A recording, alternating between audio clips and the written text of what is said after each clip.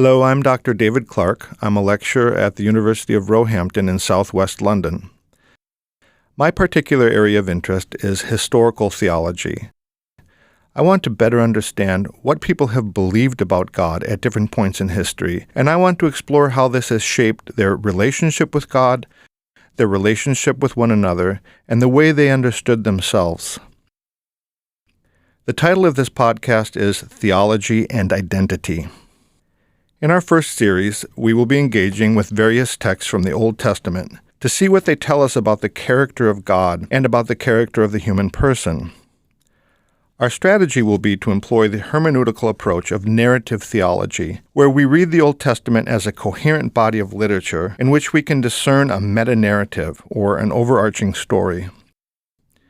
Rather than looking to the text for systematic formulas and theological definitions, our aim is to see Yahweh, the God of Israel, as the lead character in a narrative that speaks of his purposes for and his love relationship with the people of Israel. When I teach the Old Testament in my university classes, one of the first exercises I give my students is to try their hand at identifying the plot lines of some popular films. I try not to make this too hard, but it does sometimes seem that my students and I don't always share the same taste in movies. Anyway, I name the movie and then I ask them to tell me what is the primary goal or objective of the characters in the story. So we start with a classic that anyone who loves British humor should know, Monty Python and the Holy Grail.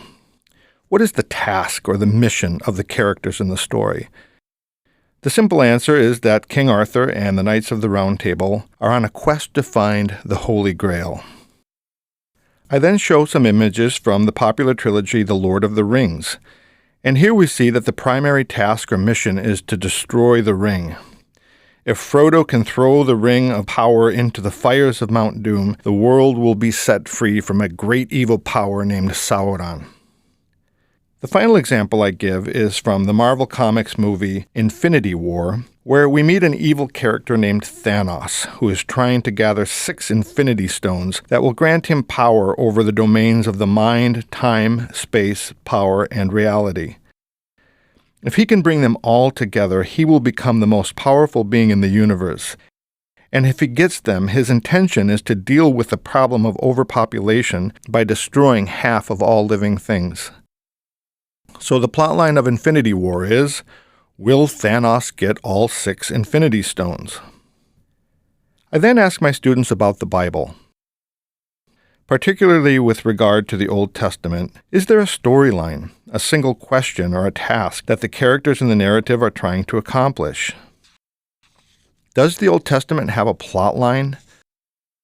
Or is it just a conglomeration of histories and poems and prophetic writings that don't share a common thread? When I was in seminary, I think one of the biggest light bulb moments for me came when I saw for the first time the narrative unity of the Old Testament. But I couldn't discern it until I understood who is the main character in the text. Is it Adam? Is it Moses? Is it David? The answer is Abraham. And with this awareness, we can then identify the main thread or storyline across the Old Testament. The central theme of the Old Testament is the promise given to Abraham that through his family, all the families of the earth would be blessed. This promise is the reference point for the entire historical narrative of the Old Testament. Think of the Old Testament as a connect-the-dots puzzle. The problem that so many people face when reading the text is that they don't know how different people and events and writings all fit together. What's the relationship between Moses and Jeremiah, between Abraham and King Solomon, between David and Noah? You can't see the big picture of the Old Testament if you don't know how to draw these connections. And the key to drawing these connections is to read everything through the promise that God made to Abraham, specifically in Genesis chapters 12 and 22. And so if you're reading through the Old Testament and you're trying to figure out how a particular narrative or story fits into the big picture, just ask yourself the question, what does this have to do with the promise that God made to Abraham? So our task for today is to look at the story. First, we'll take a brief look at the prehistory that is found in Genesis chapters 1 to 11. We will then look at the story of Abraham itself. So let's begin with the primordial history of Genesis 1 to 11. The first thing that I point out to my students is that these 11 chapters cover a lot of territory in a short amount of space. 11 chapters are dedicated to presenting a history that covers an incredibly long period of time. But then, when we get to chapter 12, the story hits the brakes. From that point on, we are caught up in the narrative of Abram and his wife and his children and his grandchildren and the early generations of his family. 11 chapters to cover vast ages of human history, and then 39 chapters to tell us the history of one man's family. What does this tell us about the author's intentions? Was the aim of Genesis to give a comprehensive scientific explanation or to recount thousands of years of human history? I would say no. Rather, the purpose of the first 11 chapters of Genesis is simply to lay the foundation for understanding what will then take place in the Abrahamic narrative. There's a lesson here for us. When we read the Bible, it's very important that we don't ask the text to do something that it never intended to do. The book of Genesis was not written for a 21st century audience. It was not intended to be a scientific textbook. It was not meant to cover the complete development of life on earth. Genesis 1 to 11 is simply the preamble to the life of Abraham. Its purpose is to lay a foundation upon which the story of Abraham and his descendants can be understood. Now, in these 11 chapters, there are some very important themes. We see that Elohim is deeply engaged with his creation. He is a God who experiences pathos or emotion and feeling. We see that the physical world is good. Humankind was created good, and we were given authority and dominion on the earth. In these early chapters, it becomes clear that sin has disrupted humanity's relationship with God. It has disrupted humanity's relationship with the creation, and sin has disrupted our relationship with one another. Finally, we see in these first 11 chapters that beyond the physical realm, there is another dimension of reality where powerful forces of good and evil are at work. The primordial history of Genesis reaches a crescendo in chapter 11, where we read the story of the Tower of Babel. This is the culmination of humanity's rebellion against God. Men have developed a new technology which allows them to build cities and towers that in their view can reach to the heavens. And their aim is to make a name for themselves in order to preserve their unity. But what's particularly clear in the narrative is that they are united primarily by their desire to live independently from God. If they can build this city and build this tower, then what need will they have for God? And so to prevent what might have become a total and complete separation from humanity, God confused their languages so that they were forced to separate and spread out across the earth. If there's a simple takeaway from the story, it's this. Sin and rebellion lead to separation from God, separation from one another, and an exploitative, disjointed relationship with the physical creation. From a literary perspective, this is the perfect way to set the stage for what takes place in Genesis chapter 12. The big idea is that the consequences of sin will be undone through Abraham and his family. Abraham himself and his descendants will show humanity how to have a right relationship with God, right relationship with one another, and a right relationship with the creation. Because of Abraham and his descendants, women and men will turn away from their sins and rebellion and experience reconciliation with God, with one another, and with the physical creation.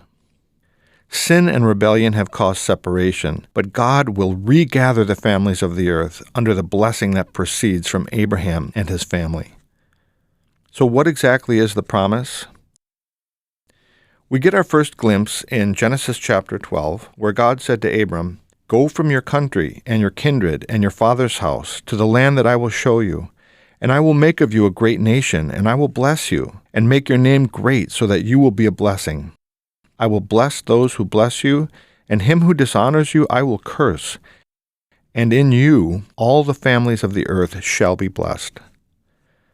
This promise is then reiterated in chapter 22. Verse 16 says, "And the Lord called Abraham, saying, By myself I have sworn, declares the Lord, because you have done this, and have not withheld your son, your only son. I will surely bless you, and I will surely multiply your offspring as the stars of heaven, and as the sand that is on the seashore. And your offspring shall possess the gates of his enemies. And in your offspring shall all the nations of the earth be blessed, because you have obeyed my voice. What does it mean to say that all families of the earth shall be blessed? At this moment in history, our New Testament Christian theology of salvation has not yet been developed. So we shouldn't say that the promise to Abraham was that all families of the earth would be, quote-unquote, saved in the way that we think of salvation today. The Hebrew verb to bless is barak. According to the Theological Dictionary of the Old Testament, the main function of this verb is to confer abundant and effective life upon something or someone. In a narrative theological sense, the blessing given to Abraham is a foil to all the terrible things that were set in motion in Genesis chapters 1 to 11. Blessing is the antithesis of sin and separation. If sin separates us from God and one another, if sin ruins our relationship with the physical creation, then blessing is the opposite. It is the conferring of relational restoration, reconciling humanity with God, reconciling people with one another, and reconciling our relationship with the creation. This is the blessing that will come to all the nations of the earth through Abraham and his family. And now just one more comment about the details of these verses. In Genesis 22:18, it says, "Through your offspring or through your seed shall all nations of the earth be blessed." This word seed in Hebrew is serah, and it can mean one person or it might mean many people. According to the Theological Word Book of the Old Testament, the word designates the whole line of descendants as a unit, yet it is deliberately flexible enough to denote either one person, who epitomizes the whole group, or the many persons in that line. At this point in the narrative, we don't know if God is talking about a single descendant of Abraham, through whom the blessing will come to all nations, or if it's through many of Abraham's descendants that blessing will come to the nations. That is something we will discover as we progress through the narrative. Thus far, we've unpacked a bit of the promise that God gave to Abram in Genesis 12.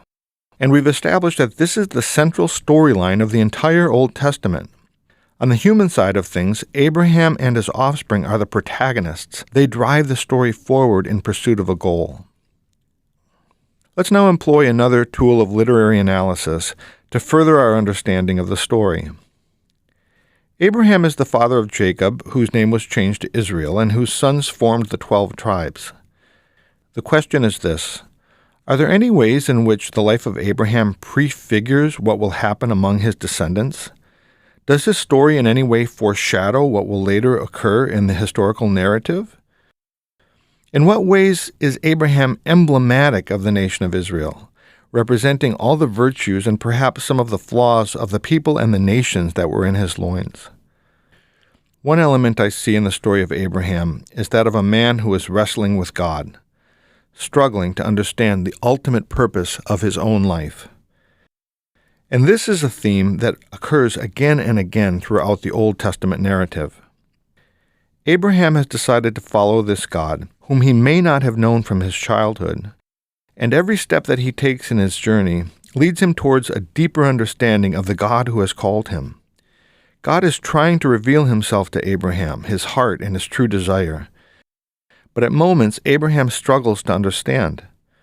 In Genesis 15, God came to Abraham in a vision, and he said, "Fear not, Abraham, I am your shield."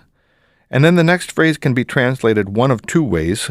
Either God said, "And your reward shall be very great," or he said, "And I am your very great reward." Now I'm aware that in many translations, the text of Genesis 15:2 says, "Your reward shall be very great." And this translation seems to reflect the way that Abraham understood the declaration. In the following verse, he says, "O Lord, what will you give me? For I continue childless, and you have given me no offspring, and a member of my household will be my heir." I think this is actually one of those instances where God was trying to say one thing and Abraham heard another. I believe that God was saying, I myself am your very great reward.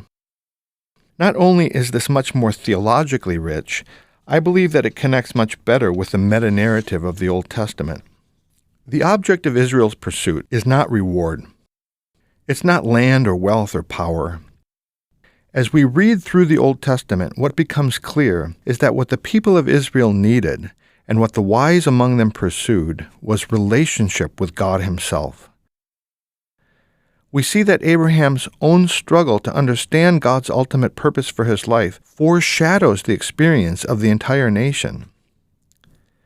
Another possibility to explore around the idea of literary foreshadowing is this. Is there anything in the life of Abraham that prefigures the way Yahweh Himself will deal with Israel? In other words, do the character and actions of Abraham in any way prefigure what we will learn in the Old Testament text about God Himself?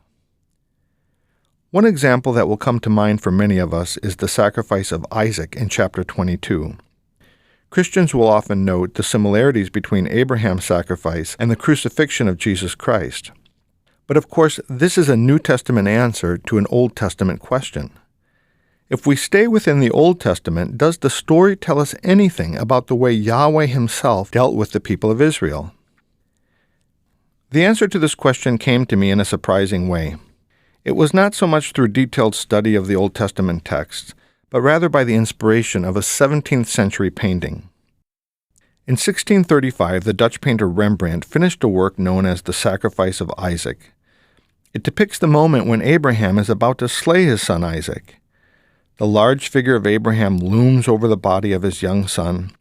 As Abraham lifts the knife to strike, he is unaware of the angel who has appeared behind him. The downward thrust begins, but Abraham is suddenly surprised by the intervention of the angel, who adroitly grabs his wrist before he can finish the deed. The force of his thrust is so strong that the knife flies out of his right hand towards the ground. Now, I'm not an art critic, but one thing I have noticed in my studies of Rembrandt is that he communicates important messages through the way he paints hands. In this painting, the angel's hands are gentle and delicate, and yet strong enough to detain the plunge of Abraham's knife. Isaac's hands are hidden as they are tied behind his back. But what is most striking in this painting is the massive left hand of Abraham, which he uses to smother and hide the face of his son. It's difficult for me to discern whether this is an act of kindness or an act of brutality. In one way, he's treating his son like an animal, pressing upon his face and possibly suffocating him. But in another way, it's an incredible act of mercy, as he does not want Isaac to see what is taking place. Could it be that beyond saying something about Abraham, Rembrandt was trying to say something about God and His relationship with the people of Israel? When at times it seems that God is treating people harshly and roughly, is His deepest motive for what He does really a deep sense of passion and love? This is a question that we will visit again. So I hope that you're getting a glimpse of the way narrative theology opens up new possibilities in our reading of the Old Testament. To summarize some of our key points today, we've noted that the Old Testament has a plotline, a single thread that ties the entire corpus of text together. And this is the promise that God made to Abraham in Genesis 12 and 22. We've also seen that as we look at the literary characteristics of the texts, there are possibilities of foreshadowing and prefiguring that are taking place. It would seem that Abraham at first struggled to understand the fullness of God's purpose for his life. More than just wealth or abundant offspring, God wanted Abraham to know that he himself was the reward. The greatest gift that God can ever give to a woman or man is intimate relationship with Himself. So in Abraham's wrestling with God, we see an image of Israel's struggle to understand this same truth. We have also seen in the story of Abraham a prefiguring of the way God deals with the nation of Israel. In Abraham's sacrifice of his son, we discern an internal struggle where he knows that he must deal sternly with the son that he deeply loves. And doesn't Yahweh share this same struggle? Isn't this also the story that we see unfold in the entire Old Testament as He displays to His people both mercy and judgment? And on that note, we'll bring our first session to a close. In our next podcast, we will leave the book of Genesis and venture into the rest of the Torah, where we will see how God's plan to bless all nations through the family of Abraham really takes shape. If you have questions or comments about anything I've said today, please don't hesitate to contact me. I can be reached at david.clark@roehampton.ac.uk. Thanks for listening, and I hope that you'll come back again to the podcast Theology and Identity.